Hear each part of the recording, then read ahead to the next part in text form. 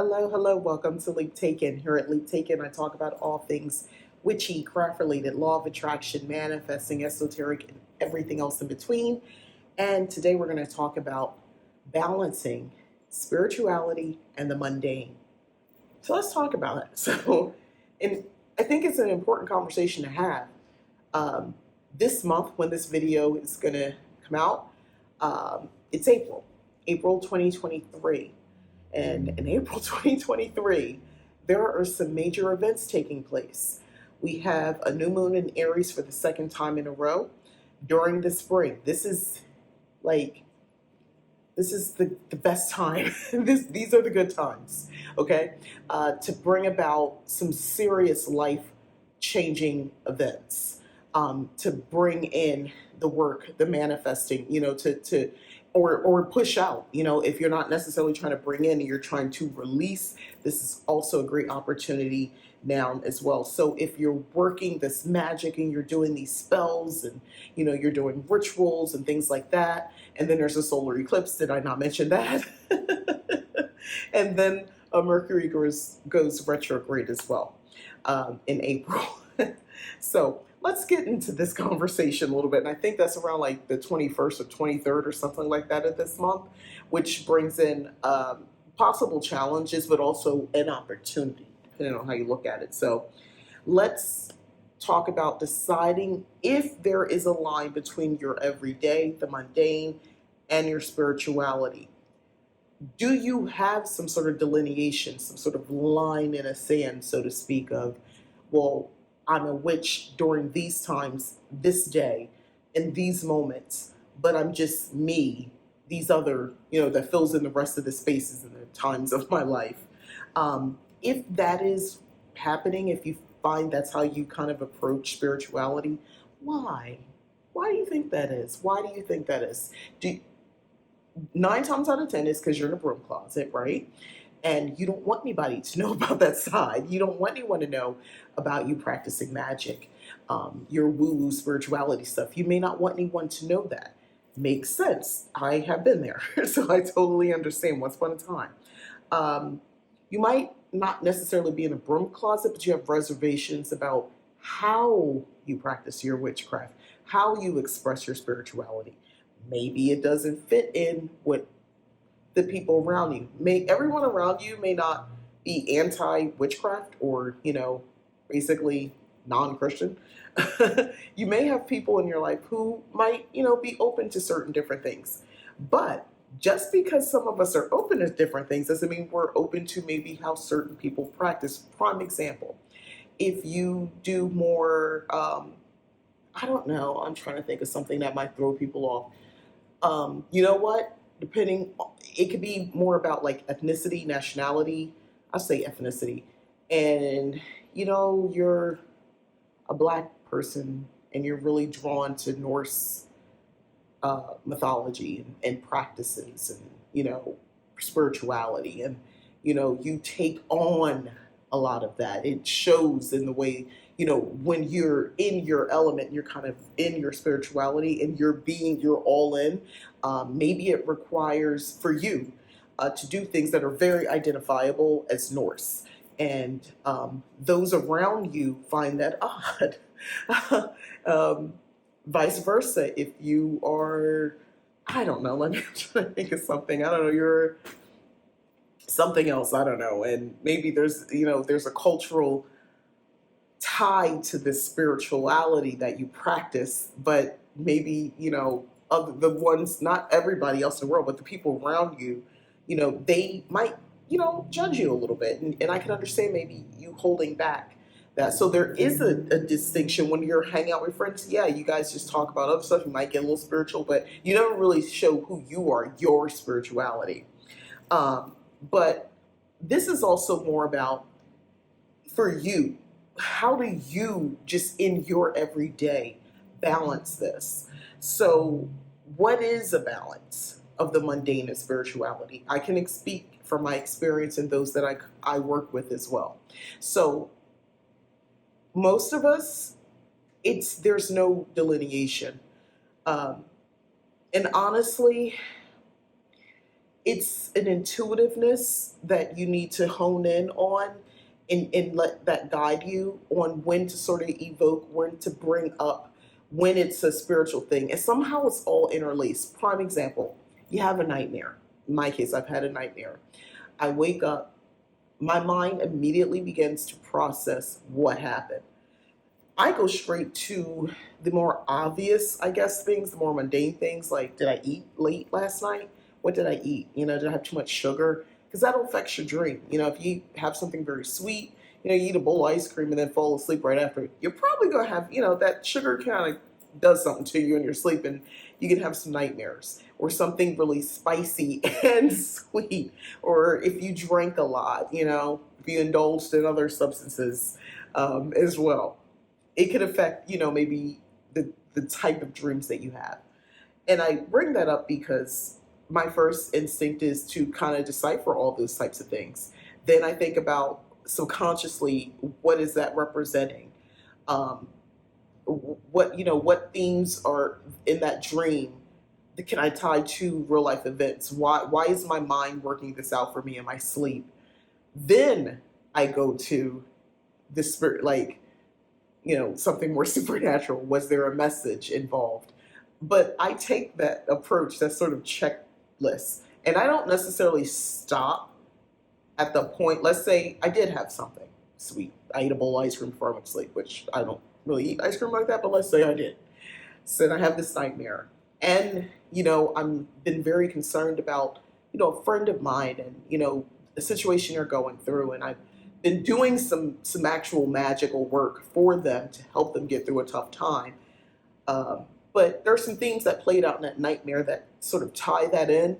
So yeah, even though I know where it came from, or maybe how I arrived to the point where I'm having this nightmare, I'm not going to discount the things that still came through. So that's what I mean about this balance.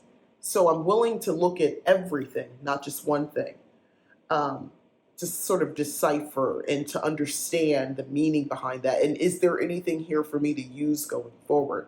Was this just a release? And I still tie that back into, okay, maybe the next cycle that comes up, if we're doing like a full moon or something, maybe I want to do some releasing work during that full moon, and just shed, whatever this dead energy, this, fearful energy off of me. I might do something with that because of that nightmare. You get kind of where I'm going, how you merge, and it's just kind of all together, the mundane and the spiritual. And then there's other ways where you don't really think about it, like using the term goddess instead of God. Oh, thank the goddess. Won't the goddess do it? That sort of stuff. Even though you might be kind of, joking around, but it's intentional. You know what you're doing. And just using terms like that. Oh, goddess only knows what's going to happen. That sort of stuff as you're just speaking. Yeah, that sort of stuff. Maybe doing things like that. That's a way of kind of, and it doesn't seem like a big deal. And it's like, oh, but if you find, okay, let me tell you something. One, if you say God only knows and you talk like that anyway, making that switch to say goddess is an intentional thing, because most of us, we've been taught, we've been socialized and conditioned to go with the God. Oh my God, oh my goddess. Like, you are, first of all, you'll notice your tone changes when you're saying goddess versus God, in that, no matter what you're saying. So that's a weird thing that I've picked up on over the years too. That when I do that, but it is very intentional. I'd love to get to the point where it's not like me making myself say it and switching out goddess for, instead of saying God. But that's one of those ways where you kind of weaving in just like your regular speak, a little bit of your spirituality. Um, Also, your clothing, your outerwear can be representative. One, it kind of announces what you might be into. But on top of that, it has a spiritual significance to you. The jewelry you wear, maybe the way you wear your hair, if you cover your hair, those things embody a specific intention, a meaning, a spiritual meaning. And that is how it's just part of your flow, your everyday. It's part of your attire. Um, like I said, headscarves, jewelry, all that sort of stuff. It may be wearing crystals. Um, if you don't want people to see it, fine, tuck it in your shirt. But the point is, it's on you. And as you go throughout your day, there's belief that whatever, crystal you're wearing is that energy is being shared with you or is absorbing energy if that's what it's intended to do. And that's part of your spirituality, and that's living your spirituality. That's that balance with the mundane, because you're just doing your everyday tasks, but you're aware, and it's all intentional, basically living intentional. um, Also, here's another one: being open to, and you don't have to if you don't want to, but being open to sharing or acknowledging, um, the different Sabbaths. So, like, we're coming up on Beltane. If you're into that, or Yule, we'll pick that one because everybody doesn't do, the kind of neo-pagan holidays. Some people have different reasons. It's funny because I've recently heard someone say, um, "Well, it's not." I mean, they were made up, and like they were making a point. Every holiday is made up. There was a time it didn't exist. There was a time no one was doing the celebration, the thing, and it's a tradition. But they all started somewhere. So guess what? There is great meaning, and to me you have to think in terms of the collective and not just individualistic. So as witches, as those who work with do energy work, we're going to say that, right? These shared ideals and ideas and meanings around these holidays, high holidays, Sabbaths, and so forth, right? We're all pulling and giving. Like, it's this reciprocal thing, this energy, we're pulling from it. And that's a beautiful thing and a powerful time that we're all, let's say, we'll say Yule again. With Yule, we're all kind of on the same mindset, the same energy. And some people make little different, tweaks on how they view it, but it's coming in on the same, general thing, which is we're all taking that as an opportunity to work with that energy. So you might not like how maybe the holidays came about, as far as oh, this person just thought of it back in the 60s or something like that, and it really wasn't celebrated. Where my people come from, they didn't celebrate that sort of stuff. Okay, well, if you're looking to just, in our modern times, have a connection with nature, I suggest you get with the Wheel of the Year. I suggest you get, and you can remember, make it up the way you want to, but just doing that helps with the spiritual side and the mundane side. It breaks up the monotony of the everyday living, of looking forward to celebrating fall. Okay, you don't have to call it Mabon. You could just say fall. I'm really looking forward to the end of summer, August. I'm really looking forward to celebrating spring instead of Ostera, just for spring equinox, and just acknowledging it, and having some sort of fire element, and getting some flowers out. I don't know, in summer, like, that's how you do this balance thing here. Being a stick in the mud and thinking that all of this is all made up anyway, or oh, it's all European and I'm not European, so I don't need to celebrate it. Do your own version. The point is to get in tune with nature. The point is to be aware of the cyclical nature of nature. That's the point of, by the way, to celebrate the highs, the lows, the wins, the time of rest and all that sort of stuff. That's what it's about. And you can deepen it as much as you want to. But I think as a witch, and a modern witch, it behooves you to remember to bring the nature aspect into witchcraft. And that's how you're more spiritual, because if you do not, and you're just reading books, you're watching videos, and you're doing the Dollar Tree witchcraft on a thrift side and all that sort of stuff on the cheap, and you're ordering your stuff from Amazon, and you're doing all that sort of stuff. Like, where, trust, and I speak from experience, when are you ever getting in touch with nature? Are you even going outside, or are you just in your room? You're getting the jars, the candles, the this, the that, the herbs, but as close as you get to nature is touching these dried herbs. Like, go outside, touch some grass, be aware, look up at the night sky. Um, these are spiritual experiences, by the way, which could be happening on your way home from work, where you're aware at those trees and you see that they've changed. You see the frost. If you're in a place that's cold and it snows, you're starting to see it defrost a little bit and it's starting to melt and the little buds of spring poking up, and just revering and taking a moment, days, if you will, to just celebrate that in however that looks to you. Going for a walk might be celebrating it. You see where I'm going with this? That's the spiritual balancing with the mundane. Um, so, what does an imbalance look like?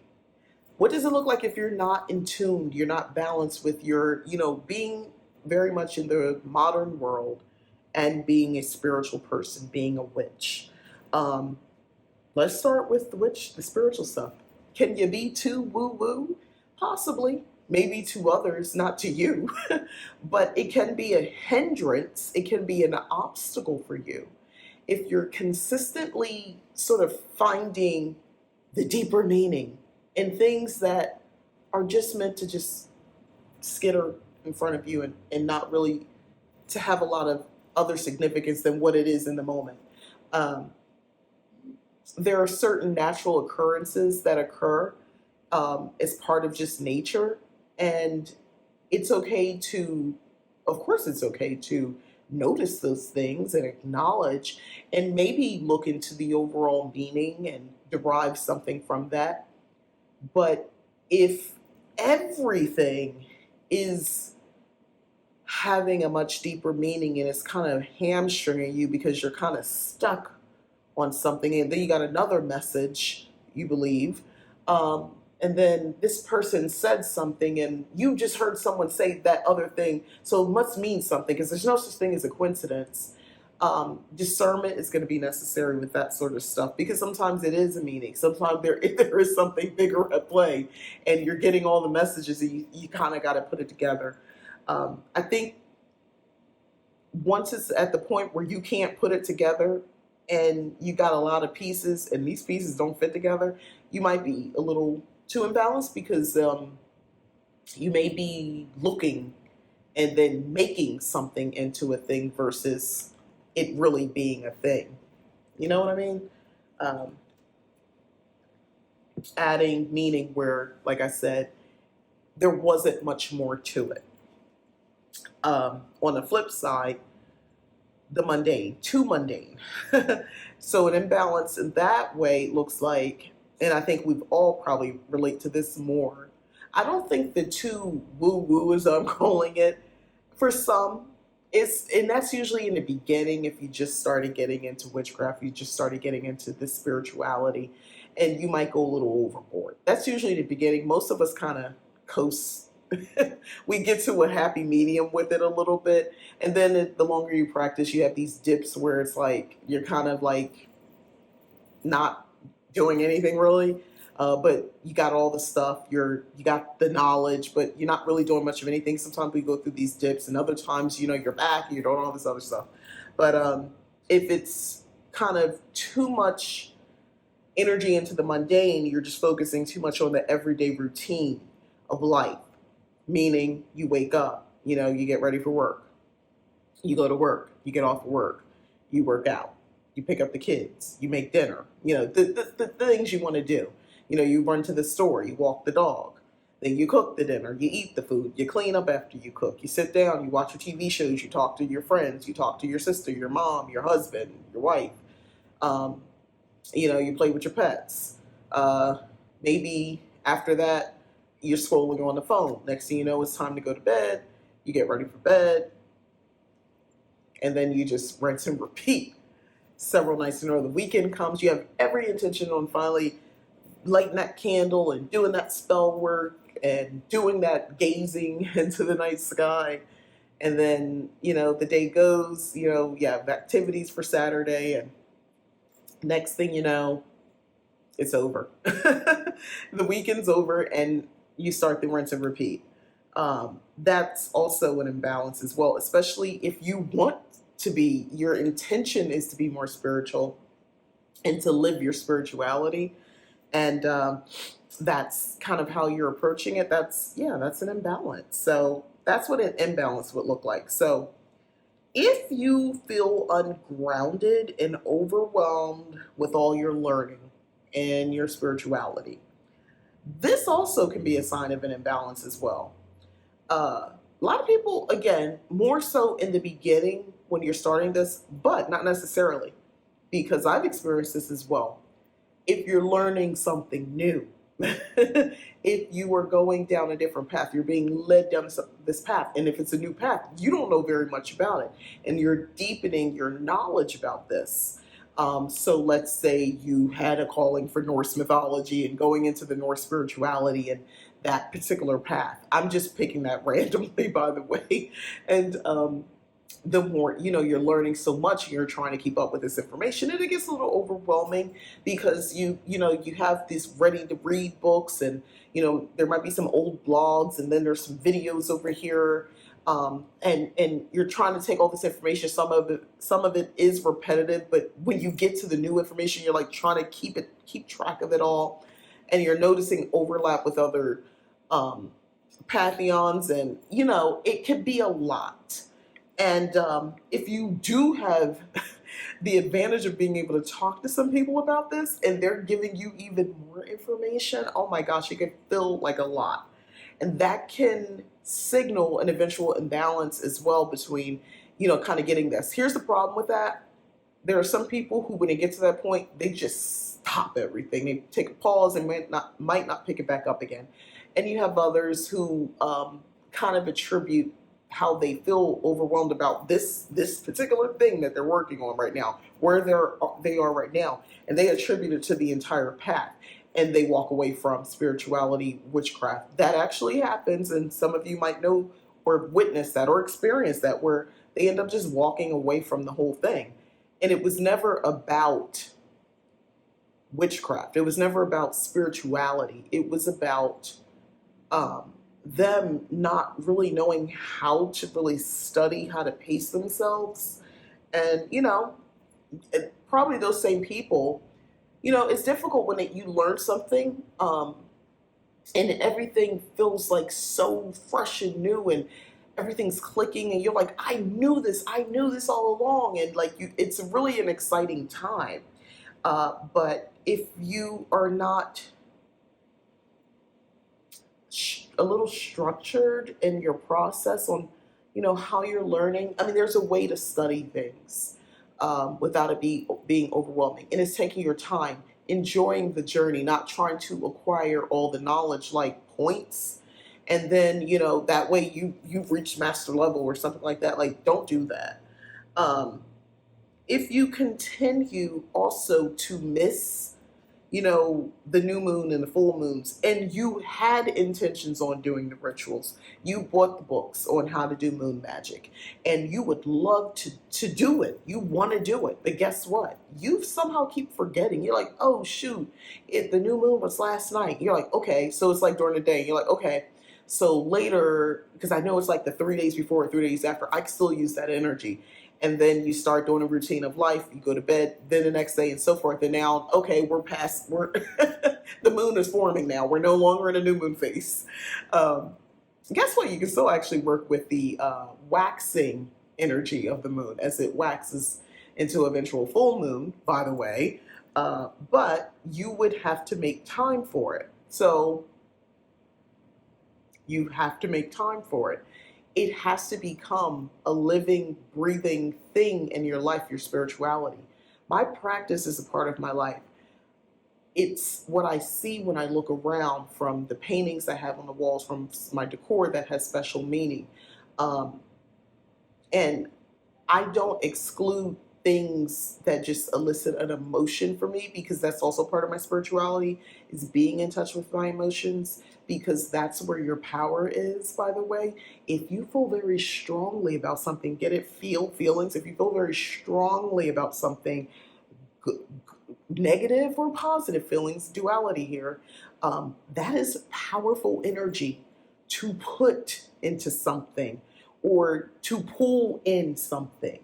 Okay, so your emotions are key. Don't let, unlike other things where it's like to just look at your body as a vessel and your soul as something separate, and don't worry about the misery and the sacrifice and the hurt that happens to the vessel, the body, in this life, because the soul will be free.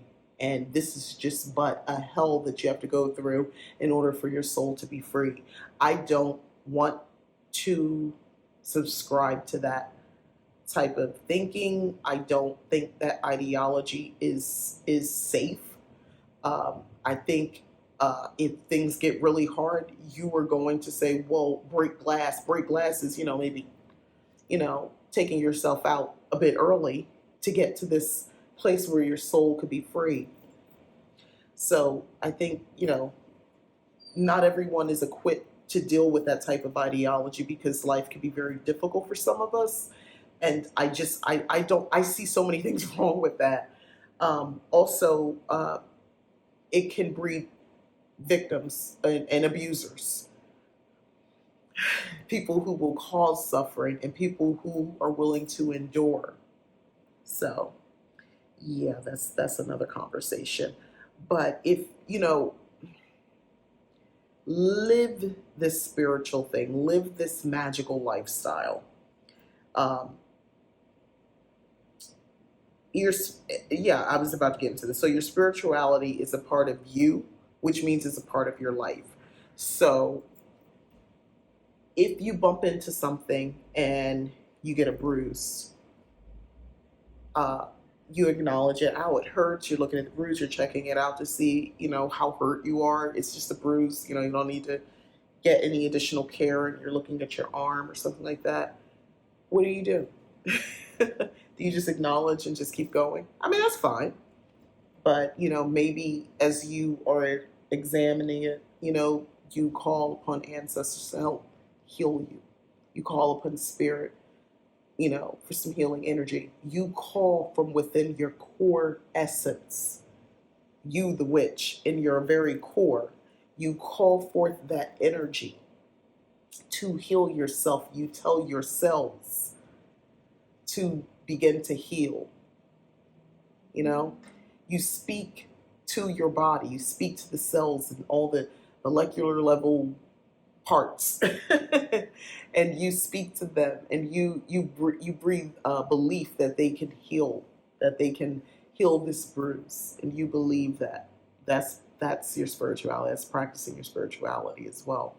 Um, Again, I think this is an important time to have this conversation because a lot of us want to see the bigger spells work. We want to see the evidence of these rituals and these offerings. We want to see sort of, I don't know, the rewards of this stuff. But part of that comes with doing the work. What's the work look like? Doing the work. The work looks like you expressing yourself in your spirituality. It looks like reverence. It looks like offerings. It looks like being able to receive from the universe and being open and making room for receiving the things that you are trying to attract.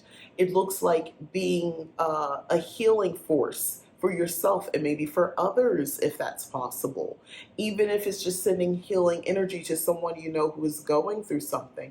Hopefully they're open to that. But yeah, or people going through problems, whatever capacity, and just sending healing energy. Remember, sending healing energy can manifest in all kinds of ways. Healing might mean death. Healing might mean death.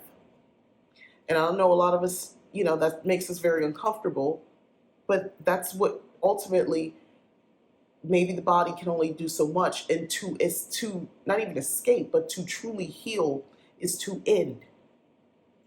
And that's the death of the physical death. It could be a metaphorical death as well, of relationships. Whether it's romantic, with people, friendships, family, jobs, a city, So just be open to that. But thinking this way, the way that I'm thinking right now, is because I am spiritual and because it is part of my life. Now, I'll be fully transparent. There are times things will happen and I don't immediately jump to doing a spell or doing some sort of working. I don't. It doesn't immediately come to me because, as I mentioned before, I am trying to sort of go through my checklist of the mundane ways to address things. Um, because doing spells and workings takes a certain type of energy. And before I conjure the energy up to direct it into something, I want to make sure it's worth it. That's what it is. Um, but it is something I also, a veteran witch, needs to also be mindful of. I believe is making sure I don't go, I don't have that imbalance as well. And there are times I do, but I check myself. I see it. I notice it. And I'm like, why am I just spinning these same thoughts around? I could do some release work, or I could do some attraction work, or whatever, whatever the situation calls for. Um, but yeah, hopefully this has been helpful with these kind of this discussion on balancing spirituality and the mundane, your witchcraft, your magic, living a magical lifestyle, which is something I'd like to believe I specialize in. Um, yeah, yeah, figure out if there is an imbalance. What is balance to you? If you want to take away from this video, what's a balanced spiritual mundane life? What does that look like? Start to think about that. Um, Deciding if there's an imbalance, deciding how you want things to be. Do you want there to be a line between, at night I'm a witch, in the day, I'm a doctor. I don't know. If you want that to be your life, you can live your life like that way. That's perfectly fine. But figure that out, though. Define that for yourself. Does everything have to be defined? No, but I think that's going to be important because you won't know when things are imbalanced if you're not willing to ever think about this sort of stuff. And by the way, if things become imbalanced in either direction, after the examples I provide, you can guess how some of these might turn into something more. You might end up walking away from witchcraft altogether, in either case, because it's either too overwhelming or too underwhelming. So, all right, thanks again for watching. Please hit like, subscribe, share.